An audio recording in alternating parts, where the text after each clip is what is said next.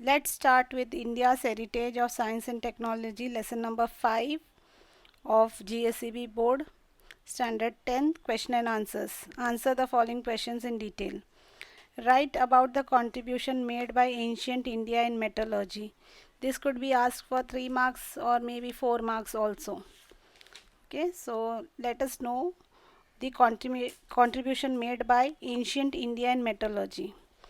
So we'll know what is metallurgy. Metallurgy क्या है? Metallurgy ऐसा साइंस है, ऐसे ब्रांच है साइंस का जहाँ पे आप सीखते हो प्रॉपर्टीज़ ऑफ मेटल, उसका प्रोडक्शन, उसका प्यूरिफिकेशन. तो मेटोलॉजी को आपको पहले एक्सप्लेन करना है.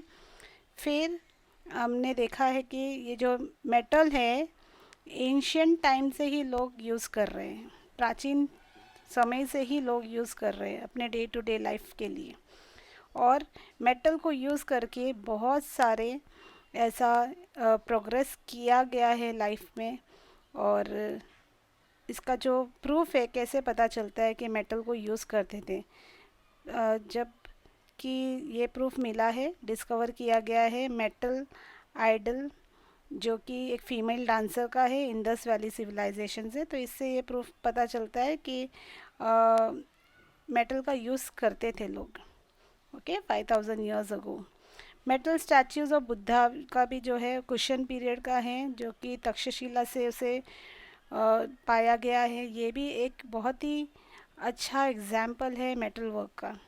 और बहुत सारे साउथ इंडिया में भी आइडल्स बनाए गए थे छोला पीरियड में, जिसमें से एक है नटराज का स्टैच्यू जो कि आज वर्ल्ड फेमस है और इसे प्रिजर्व किया गया है म्यूज़ियम में, चेन्नई के म्यूज़ियम में. और दूसरा जो बेस्ट एग्जाम्पल है कि लॉर्ड राम दो आर्चर के जो पोज में जो स्टैच्यू है, ये भी म्यूज़ियम में स्टोर करके या फिर प्रिजर्व करके रखा गया है. इसके अलावा बहुत सारे ऐसे आर्टिस्टिक स्टैच्यूज़ है गॉड्स गॉडेसेस का, birds, animals. Not only that, betel nut cutters. मतलब बीटल नट कटर्स क्या होता है? ये सुपारी काटने का जो मशीन होता है ना, वो. ये सारा एक एग्जाम्पल है मेटल आर्ट का. तो मेटल बहुत ही ज़्यादा इम्पॉर्टेंट रहा है लोगों के लाइफ में ताकि वो प्रोग्रेस कर सके. नेक्स्ट हम लोग देखेंगे right about the development in chemistry achieved by ancient India. ये भी 4 मार्क्स के लिए पूछा जा सकता है. इसको अलग अलग आप केमिस्ट्री क्या है वो समझो, फिर उसको जो केमिस्ट्री के लिए किसने कंट्रीब्यूशन किया है वो समझेंगे हम लोग. और इसके अंदर ये समझेंगे कि कितने सारे ऐसे स्कल्पचर्स और पिलर्स है जो कि एक एग्जाम्पल रहा है केमिस्ट्री के लिए. तो केमिस्ट्री है क्या? Chemistry is an experimental science. Okay, तो ये एक एक्सपेरिमेंटल साइंस है जहाँ पे केमिस्ट्री से आप अलग अलग चीज़ सीख सकते हो. जैसे कि you can learn about minerals, you can learn about plants, है ना. एग्रीकल्चर के लिए सीड्स, मेटल्स, अलग अलग मेटल्स बनाना, उसके प्रॉपर्टीज़ को समझ सकते हो. तो केमिकल सिर्फ ये नहीं है, केमिकल केमिस्ट्री से आप ये समझ सकते हो कि कैसे केमिकल को मेडिसिन में भी यूज़ कर सकते हैं. अब केमिस्ट्री समझ में आया. अभी देखते हैं कि कौन पर्सन है जिन्होंने कंट्रीब्यूट किया था केमिस्ट्री के लिए. आचार्य नागार्जुना. ओके, इनका कंट्रीब्यूशन क्या रहा केमिस्ट्री के लिए? ये एक बुद्धिस्ट लर्नड पर्सन थे, है ना. बहुत ही ज़्यादा लर्नड बुद्धिस्ट पर्सन थे जिन्होंने स्टार्ट किया केमिस्ट्री क्या है बताना. वो एक पायोनियर रहे केमिस्ट्री में. और उन्होंने ये भी बताया, उन्होंने सजेस्ट किया कि हर्बल मेडिसिन के साथ में आप एलोपैथी मेडिसिन भी क्या कर सकते हो, ले सकते हो. और ये माना जाता है कि इन्होंने ही बताया था कि मर्क्यूरी ऐश, मर्क्यूरी का जो राख है, उसको मेडिसिन के बेस पे आप क्या कर सकते हो, यूज़ कर सकते हो. और क्या था इनका कंट्रीब्यूशन? इनका कंट्रीब्यूशन ये था कि उन्होंने बुक्स लिखे थे कि केमिस्ट्री के लिए. तो 2 बुक्स हैं, रस रत्नाकर और आरोग्य मंजरी. रस रत्नाकर में ही पता चलता है, रस है तो फिर जूसेस के ऊपर है ना. तो यहाँ पे बहुत सारे जूसेस के बारे में जैसे उन्होंने लिखा है, दैट इज़ महारस उपरस और 10 टाइप के पॉइजन्स के बारे में उन्होंने लिखा है इसमें।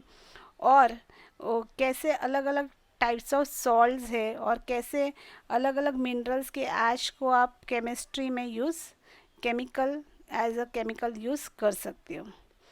फिर ये आपने समझना ज़रूरी है कि नागार्जुना जो थे, आचार्य नागार्जुना, उन्होंने नालंदा यूनिवर्सिटी में एक स्कूल सेटअप किया था केमिस्ट्री के लिए, और वहाँ पे फर्नेस भी था जहाँ पे बच्चे क्या कर सके, रिसर्च कर सके, right.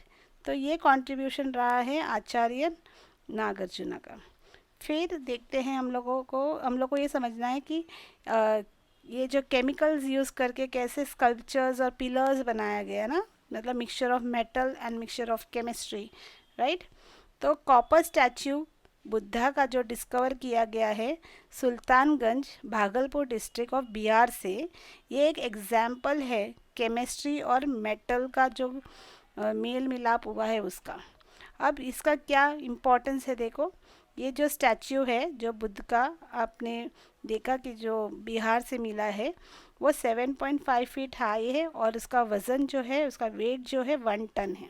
1 ton is equal to 1000 kilogram, right. Similarly the statue of Buddha at Nalanda is 18 feet high.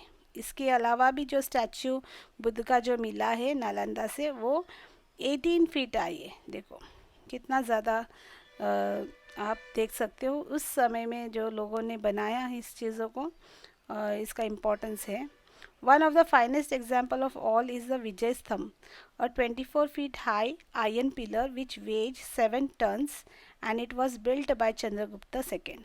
और एक बहुत ही इम्पॉर्टेंट जो एग्जाम्पल है वो विजय स्तंभ का है, जो कि 24 फीट हाई है और आयरन के पिलर से बनाया गया है और इसका वज़न है 7 टन्स और इसको बनाया गया है चंद्रगुप्त सेकेंड के पीरियड में।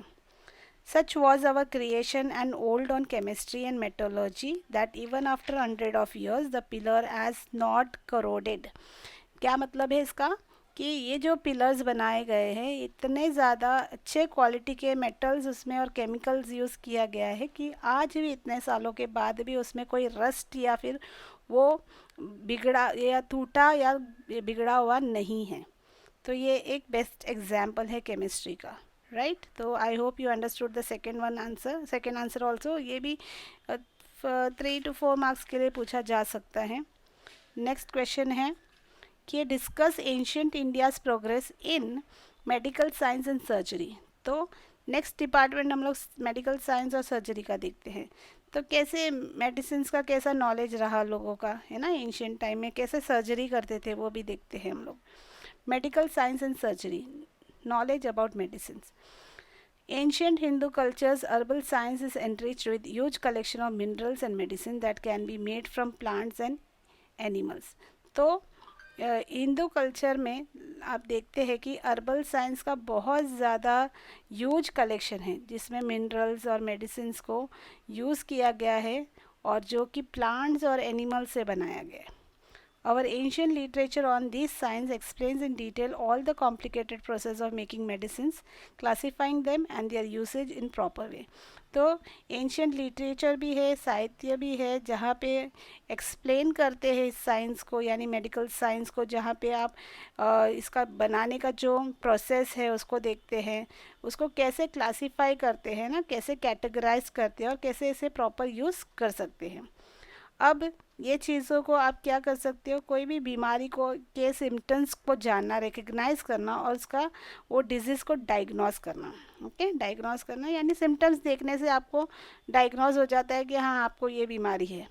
तो based on this they used to provide ayurvedic medicine. तो जब आपको सिम्टम्स देख के आपका बीमारी को डायग्नोस करते थे तो उसके अनुसार जो आयुर्वेदिक मेडिसिन उसके लिए जो बेस्ट है वो प्रोवाइड करते थे। They also had knowledge about ideal diet during and post recovery of disease. तो नॉट ओनली दिस, डिजीज़ के टाइम और डिजीज़ का रिकवरी होने के बाद में कैसे डाइट भी लेना चाहिए उसका भी ये प्रॉपर नॉलेज पेशेंट्स को देते थे। अब सर्जरी देखते हैं। The ancient Indian doctors were so skilled that to perform surgery they could stop blood circulation using a special type of bowl shape bandage. इतने जो हमारे प्राचीन डॉक्टर्स थे ना, इतने स्किलफुल थे कि अगर उनको सर्जरी करना है तो वो लोग अच्छी तरह से क्या कर सकते थे, ब्लड का स्टॉपेज कर सकते थे। कैसे स्टॉप कर सकते थे, एक जो बैंडेज उन्होंने बनाया था बोल शेप का, उससे ब्लड सर्कुलेशन को स्टॉप करके सर्जरी से वो लोग स्किलफुली कर सकते थे। और किस किस ऑर्गन्स में वो लोग ऑपरेशन कर सकते थे, जैसे एब्डोमेन, किडनी, कैटरैक्ट का कर सकते थे, अर्निया का कर सकते थे, स्टोन, पाइल्स, ब्लैडर, मतलब कॉम्प्लिकेटेड सर्जरीज भी किया है ना। They were expert enough to classify our bones, और उनको एक एक बोन्स के बारे में भी उनको बहुत अच्छे से नॉलेज था। They could also join the broken or displaced bones and extract things pierced into the body easily and skillfully. यही नहीं, उनको बोन्स का अच्छी खासी जानकारी थी, तो अगर टूटा हुआ बोन है तो उसको भी वो अच्छा कर लेते थे, डिस्प्लेस्ड हुआ है तो उसे भी प्रॉपर फिक्स करते थे, है ना। या कोई चीज़ फॉरेन बॉडी हमारे बॉडी में चला गया है, यानी कोई बाहर का जो धातु है हमारे बॉडी में है, या कोई भी चीज़ ऐसे पियर्स्ड हो गया है हमारे बॉडी में, उसे भी वो स्किलफुली क्या कर सकते थे, निकाल सकते थे। They were skilled in plastic surgery as well as joining nose and ears, है ना। तो प्लास्टिक सर्जरी भी करने में बहुत ज़्यादा वो लोग एक्सपर्ट थे। नोज़ को जॉइन करना, ईयर्स को जॉइन करना, ये सब चीज़ वो कर सकते थे। Our ancient doctors had a deep interest in teaching student the methods of surgery. तो वो सिर्फ प्रैक्टिस नहीं करते थे, लोगों बच्चों को सिखाते भी थे, है ना। उनका इंटरेस्ट के साथ में उन्हें वो सर्जरी कैसे करना है, मेथड्स कैसा है, वो सिखाते थे बच्चों को। They use to demonstrate surgeries to students इधर ऑन डेड बॉडीज और ऑन वैक्स स्टैच्यूज। तो कैसे वो लोग डेमॉन्स्ट्रेट या कैसे वो डेमोस दिखाते थे, अगर सर्जरी करना है तो डेड बॉडीज़ के को यूज़ करते थे या फिर वैक्स स्टैच्यूज यूज़ करते थे। They also conducted risky operation during delivery. तो लेडीज़ के जो डिलीवरी के टाइम में भी जो अगर ऑपरेशन करने की भी ज़रूरत पड़ती थी तो वो भी वो लोग करते थे। तो ये जो एंशियंट डॉक्टर्स थे वो अच्छे गायनेकोलॉजिस्ट भी थे, पीडियाट्रिशियंस भी थे, और ये बच्चों के रिलेटेड और विमेन रिलेटेड अगर कोई प्रॉब्लम है उसको भी सॉल्व करने में वो बहुत ज़्यादा एक्सपर्ट थे, राइट। अब ये तीन आंसर आपने किया। अब नेक्स्ट क्वेश्चन क्या पूछता है, देखो, right about the scientific heritage of ancient India. तो ये जो आंसर है इसमें सारा बहुत जो भी अलग अलग हमारे यहाँ पे साइंस और टेक्नोलॉजी के लिए जो अलग अलग डिपार्टमेंट है सब कुछ यहाँ पे कवर हो जाएगा। तो ये 4 मार्क्स के लिए आंसर हो सकता है। ओके, थोड़ा सा डिटेल्ड में जाना पड़ेगा, सारा इसमें से आपको थोड़ा थोड़ा लिखना पड़ेगा। जैसे कि scientific heritage of ancient India में आप ये पहले डिस्कस कर सकते हो कि हमारा जो हेरिटेज है बहुत ही रिच है ना, साइंस एंड टेक्नोलॉजी में।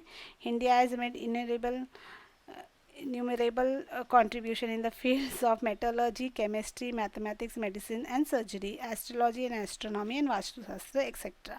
तो ये सारे फील्ड में प्रॉपर कंट्रीब्यूशन दिया है इंडिया ने। द स्टैच्यू ऑफ नटराज, ये तो हम लोगों ने देखा था, बेस्ट एग्जाम्पल है छोला पीरियड का, जो कि म्यूज़ियम में प्रिजर्व्ड है। फिर हम लोगों ने देखा था केमिस्ट्री में आचार्य नागार्जुन, वो एक पायोनियर थे।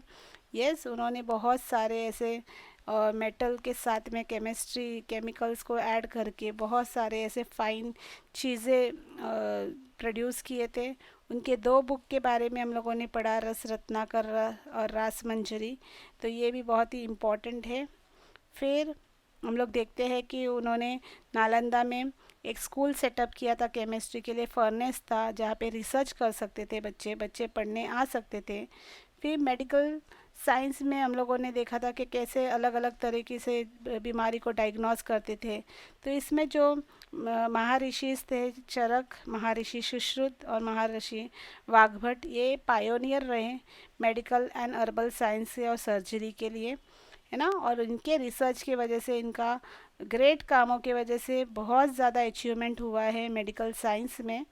अब जैसे महर्षि चरक है, उनका बुक है चरक संहिता, महर्षि सुश्रुत है, उनका सुश्रुत संहिता, और वाघभट का वाघभट संहिता, ये आज भी इतने फेमस है कि आज के मॉडर्न डॉक्टर्स इसे रिफ़र करते हैं।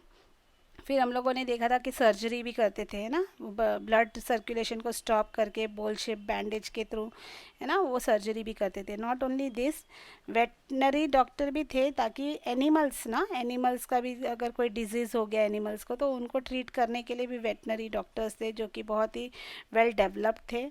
यस, तो इस तरह से मेडिकल साइंस में भी हम लोग सर्जरी में भी देखते हैं कैसा कंट्रीब्यूट किया है। नेक्स्ट मैथमेटिक्स में क्या कंट्रीब्यूशन रहा है, जैसे डिस्कवरी ऑफ ज़ीरो है, डेसिमल सिस्टम है, अलजेब्रा है, ज्योमेट्री है, थियरम ऑफ बोधायन है ना। ये सब कुछ इंडिया का गिफ्ट है वर्ल्ड के लिए।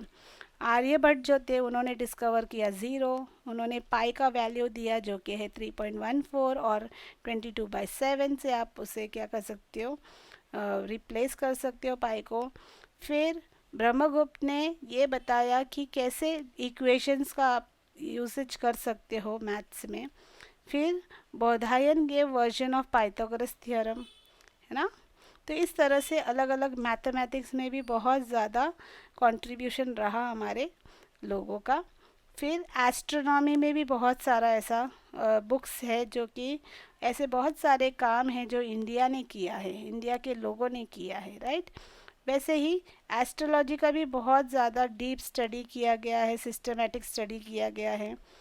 फॉर एग्ज़ाम्पल आर्यभट्ट जो थे वो नॉट ओनली मैथमेटिशियन थे, वो एक एस्ट्रोनॉमर भी थे। एस्ट्रोनॉमी में भी उनका प्रॉपर इंटरेस्ट था। इसीलिए इंडिया का जो फर्स्ट सैटेलाइट था ना, उसको नाम जो दिया गया है वो आर्यभट्ट के नाम से दिया गया, आर्यभट्ट, है ना। क्योंकि उनका जो मानना था एस्ट्रोनॉमी में, उन्होंने ये डिक्लेयर किया था कि अर्थ जो है कि वो अपने ही एक्सिस पे रोटेट करता है, जिससे हमें डे एंड नाइट मिल जाता है ना। इस तरह से बहुत ज़्यादा चीज़ों को उन्होंने बताया और कंट्रीब्यूट किया। एंशियंट इंडिया सिर्फ इसमें नहीं, जैसे कि आपको पता है वास्तुशास्त्र में भी बहुत सारा उनका कंट्रीब्यूशन रहा है। यस। और एस्ट्रोलॉजी जो है कि वाराह मिहिर ने इसे 3 सेक्शन में डिवाइड किया है, एक तंत्रा, होरा और समिता है। इस तरह से हम देखते हैं कि हमारा जो इंडिया है, इंडिया का जो हेरिटेज है, एंशियंट हेरिटेज है, बहुत ही ज़्यादा रिच है in the field of science and technology, जो कि हमारे इंडिया को बहुत ही ज़्यादा वर्ल्ड फेमस बना देता है। तो इस तरह से ये जो लॉन्ग आंसर्स है या डिटेल्ड आंसर्स है और भी हैं, उसके भी मैं वीडियोस अभी आगे बनाऊंगी। ये जो जितने भी आंसर्स है आपको समझ में आ जाएगा, मुझे आई होप सो। और देखिए ज़्यादा से ज़्यादा बार इस वीडियो को, और अपने आंसर्स को आप ऐसे लिख सकते हो और अच्छे मार्क्स स्कोर कर सकते हो। तो मिलते हैं नेक्स्ट वीडियो में। Thank you.